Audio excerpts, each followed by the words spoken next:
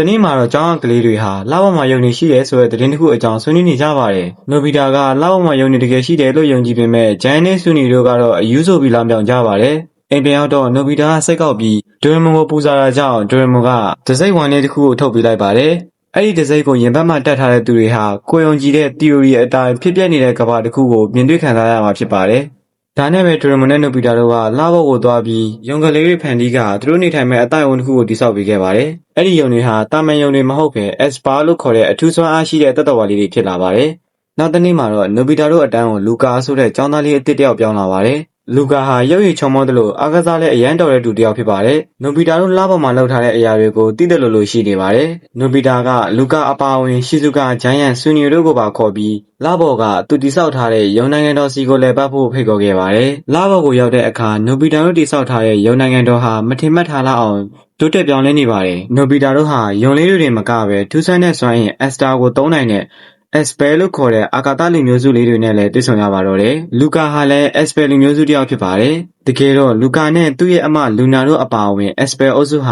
သူတို့ရဲ့မိခင်ကဘာမီဖြစ်တဲ့ခါကူရာဂျိုကနေထွက်ပြေးတိမ်းရှောင်လာခဲ့ရတာဖြစ်ပါတယ်။သူတို့ရဲ့ Esther စွမ်းအင်ကိုစစ်ဖြစ်ပွားစေမဲ့လက်နက်အဖြစ်အသုံးချမခံရအောင်ဒီလပုံမှာလာရောက်ပုံခုနေကြတာပဲဖြစ်ပါတယ်။လူကာကနိုဘီတာတို့နဲ့ယဉ်ကျေးသွားပြီးတဲ့နောက်သူတို့ရဲ့လိုအပ်ချက်ကိုပြောပြခဲ့ပါတယ်။သူတို့ရဲ့နောက်ကွယ်မှာဒိုင်ယာဘိုလိုဆိုတဲ့ရန်သူကြီးက Esper တွေကိုလိုက်ဖမ်းနေကြောင်းသိလာရပါတယ်။ဒိုင်ယာဘိုလိုဟာအင်အားကြီးစစ်တပ်နဲ့ Esper တွေရဲ့စွမ်းအားကိုရယူဖို့ကြိုးစားနေသူဖြစ်ပါတယ်။ပြောစရာအချိန်တွေကုန်ဆုံးနေတော့ခါကူရာဂျိုကိုအုပ်ချုပ်နေတဲ့ရက်ဆက်ကြမ်းကြုတ်တဲ့အာနာရှင်ဒိုင်ယာဘိုလိုရဲ့လက်ပါစီစစ်တပ်တွေကလဘော်က Esper တွေရဲ့တည်နေရာကိုစုံစမ်းသိရှိသွားပြီးလာရောက်တိုက်ခိုက်ကြပါတော့တယ်။အဲ့ဒီလိုနဲ့လူကာဟာနိုဘီတာတို့တငယ်ချင်းတွေကိုကယ်တင်ဖို့အတွက်သူ့ကိုယ်သူအဖမ်းခံလိုက်ပြီးဒိုရမွန်တို့ကိုကဘာမြေစီပြန်လွှတ်ပေးခဲ့ပါတယ်။ကဘာမြေကိုပြန်အောင်လာတဲ့အခါဒိုရမွန်တို့အဖွဲ့ဟာစိတ်ဓာတ်မကျပဲလူကာကိုကယ်တင်ဖို့ခါကူရာဂျိုစီကိုအာကာသယာဉ်နဲ့လိုက်သွားကြပါတော့တယ်။သူတို့တွေဟာလဘော်ကလိုဝက်အခြေစိုက်စခန်းတွေအက်စပါလူမျိုးတွေနေထိုင်တဲ့နေထိုင်ရာဒေသတွေကိုလေ့လာရင်းစွန့်စားကန်ကြီးတွေဝင်ရောက်လာကြပါတော့တယ်။အဲ့ဒီနောက်လူကာကိုအချုပ်ခံနဲ့ခေါ်လာတဲ့လမ်းမှာ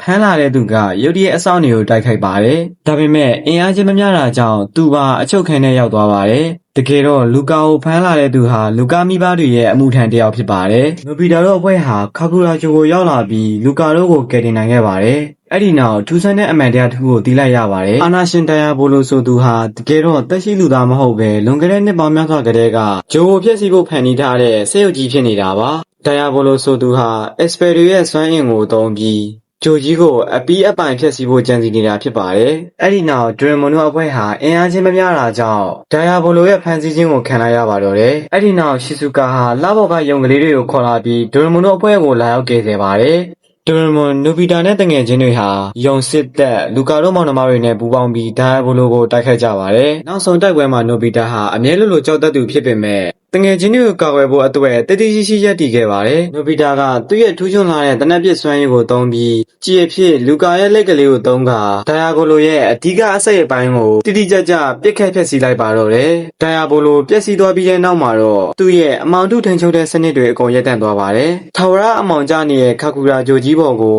နှစ်ပေါင်းများစွာအတွင်းပထမဆုံးအကြိမ်အဖြစ်နေအောင်ကြီးပြန်လည်ကြားရောက်လာပြီးဂျိုကြီးတစ်ခုလုံးပြန်လည်ရှင်သန်စိမ့်လန်းဆွေးပြေသွားပါတော့တယ်။ဇက်လန်ရဲ့အဆုံးမှာတော့လူကာနဲ့Esper လူမျိုးတွေဟာရန်သူတွေရန်ကနေအမြဲပေးကင်းအောင်ဒိုရမွန်ရဲ့အကူအညီနဲ့သူတို့ရဲ့ Esther စွမ်းရည်တွေကိုဆွန့်လွတ်ပြီးရိုးရိုးလူသားတွေအဖြစ်လကဘာပေါ်မှာပဲဆက်လက်နေထိုင်ဖို့ဆုံးဖြတ်လိုက်ပါတော့တယ်။တစိမ့်ကိုချွတ်လိုက်ရင်တယောက်နဲ့တယောက်ပြန်မြင်ရတော့မှမဟုတ်တဲ့အတွက်နိုဘီတာနဲ့လူကာတို့တငယ်ချင်းတစုဟာမျက်ရည်ကျကစိတ်မကောင်းစွာနဲ့နှုတ်ဆက်ပြီးကဘာမြေကိုပြန်လာခဲ့ကြပါတော့တယ်။တစိမ့်မရှိရင်မမြင်ရတော့ပေမဲ့သူတို့ရဲ့တငယ်ချင်းတန်ရုံးစင်ကတော့ရင်ထဲမှာအမြဲရှိနေမှာဖြစ်ကြောင်းပြသရင်ဇက်လန်လေးလည်းပြီးဆုံးသွားပါတော့တယ်။အဆုံးထိကြည့်ပြီးလို့အားလုံးကျေးဇူးတင်ပါတယ်ခင်ဗျာ။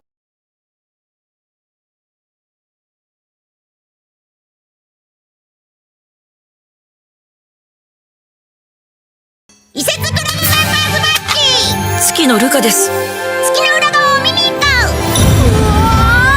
ここがウサ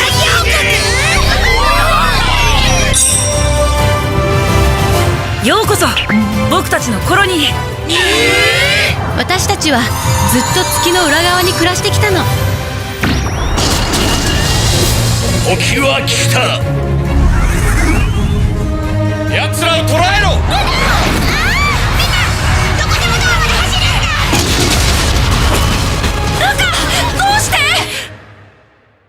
友友達だからさ。忘れないよ。友達は仲間だよ。ただ友達ってだけで助けていい理由にだってなるんだ。全ては破壊のためにある。みんな、諦めちゃダメだ。僕は、私は俺は僕は僕たちは、信じる力で繋がっている。